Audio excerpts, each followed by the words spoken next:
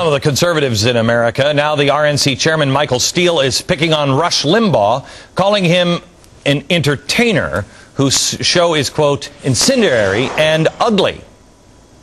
Really? With me now is syndicated columnist and best-selling author Ann Coulter. Her latest book is Guilty: Liberal Victims and Their Assault on America. Ann, is this what we can expect from the Republican Party? Oh, I hope not. You're going to get it. These, you know what? I speak from experience. Alcoholic. Wicked alcoholic. Just drinking Jack Daniels like crazy until, you know, you're just like... Until 6 months ago. Is that vomit on my face? So then I know what it's like to hit bottom. These people in Washington, they haven't hit bottom. They have no idea what bottom is. Why should we trust them? Seriously. I don't know if that was a question of hitting bottom. I am very disappointed, and not because you can't criticize Rush Limbaugh. You can disagree with Rush Limbaugh, but that But his show is ugly? No, that's what I was just going to say. That is buying into stupid left-wing stereotypes. That's like Scott McClellan coming up with all the stereotypes about Bush. That's just a suck-up to the liberal media. You know what? And I didn't expect it from Michael Steele, who, by the way, he was not my #1 choice. Ken Blackwell was. But since Michael Steele has been chosen, he has been so good on TV. He's been so funny and charming, so I'm really disappointed by that. Because that's just recycling a left-wing talking point. I don't care what anybody is like in TV. I don't care what they look like. I don't care. Stand up for some values. Right. And you know what? If you go down and everybody hates your guts, oh well. Right. Stand up for what you believe in. No, that's right. And that was a big part of where are they? You know, 50. Where are they? I'll tell you where they are. Where are they? It's stunning. They're on radio, they're on TV, they're writing books. The conservative movement has the best talkers, the best thinkers. I just would like somebody. The ones in Congress. Yes, thank you. Yeah. Yeah, that's 58% of the American people, and it's around there. 58%. Media Matters not going to check this one because it doesn't help the Republicans. So 58% say that they think that the Republicans voted against Barack Obama just because of politics. And you know what? I happen to be one of those people. Yes. No. Yes. 3%. Actually, what? We didn't have 3% voting against it. Oh, sorry.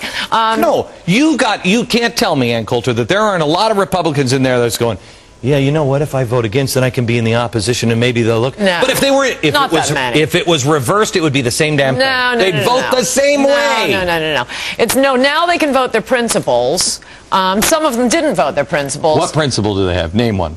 Name one. Besides small government, freedom. Really? Which one? Was that George Bush that gave us smaller government? Well, that was the problem before. It's a lot tougher being a governing majority. You have to get coalitions. You have to go along with your president.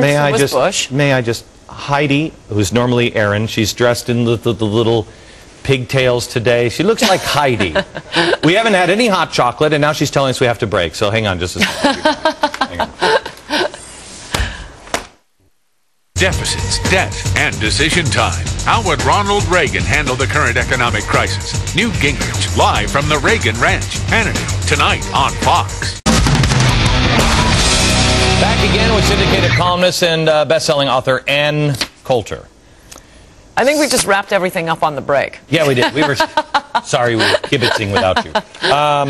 I'm watching in my office. I got a bunch of TVs, and I can't figure out how to get it to the Cartoon Network. So I'm watching all the news channels, and a network that shall not be named it was running all day today, the Rush Limbaugh stuff, and over and over and over again. And they're saying, "Is this the face of the new conservative?" Right. I listened to the speech, and I heard the network coverage on the other, not to be named network, and it was some of the most hateful stuff coming out of it. Oh, yeah. That these people are hateful, et cetera, et cetera. I didn't hear anything that was hateful in there. I mean, I heard sarcasm and comedy. I'll give you a couple points on that. One was when the network that will not be named checked with really kind of a moronic commentator, Bill Schneider, whom they treat as Socrates over at the station that won't be named. He comes on and gives his analysis of Rush's speech and said, but he's so angry. He had such an angry tone. He was so angry.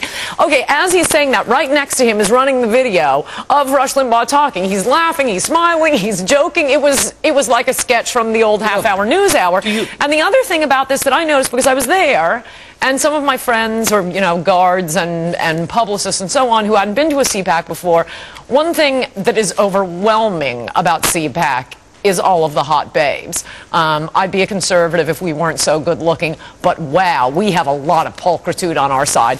And meanwhile, no, it's not me. I'm quite disheveled. No, I'm just saying. No, I'm disheveled for a Republican. The males are pretty good looking. They're pretty much like you, but we do have a couple of nerds. Okay, the other stations would find the dorkiest looking person, the most empty room at the convention that had 9,000 participants, and fixate on the one dorky looking person. Look, I mean, what we're doing is retreading, ground that, like, and the other thing I wanted to say about what you were just saying, this obsession with is Rush our leader, is Rush our leader. I finally figured out why that bugs me so much.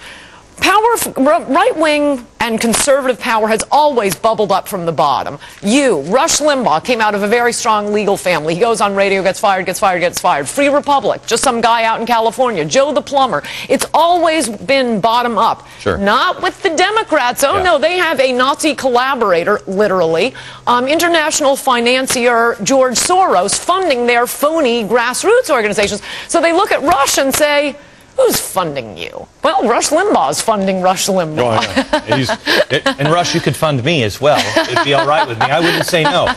You know what? I have to say, I'm a little hacked off at CPAC, only because this is the era where you can just coast. And I've liked being number 3 because nobody gets up in the morning and is like, I want to take on number 3. You know what I mean? Nobody. And the poll came out, and I looked at this. I looked at it the next morning. I got up in the morning and I said, oh, geez. I said to my wife, I said, we've been voted, what was it, Gresh, your favorite media personality, either on TV or radio? Rush Limbaugh, 26, 17, Glenn Beck. I have to tell you the truth. When I saw that, A, I thought it was wrong, and B, I saw that and I thought, I can't believe my name is even on that list. Yeah, but you at least have a TV and a radio show. I note there's one person on that list without audio. And by the way, it's the end of it for you because the fairness doctrine is coming. So yeah, I know. Glad you sailed past Cindy Sheehan on this one. Thanks so much, Good Ann. to see you. We'll talk to you again.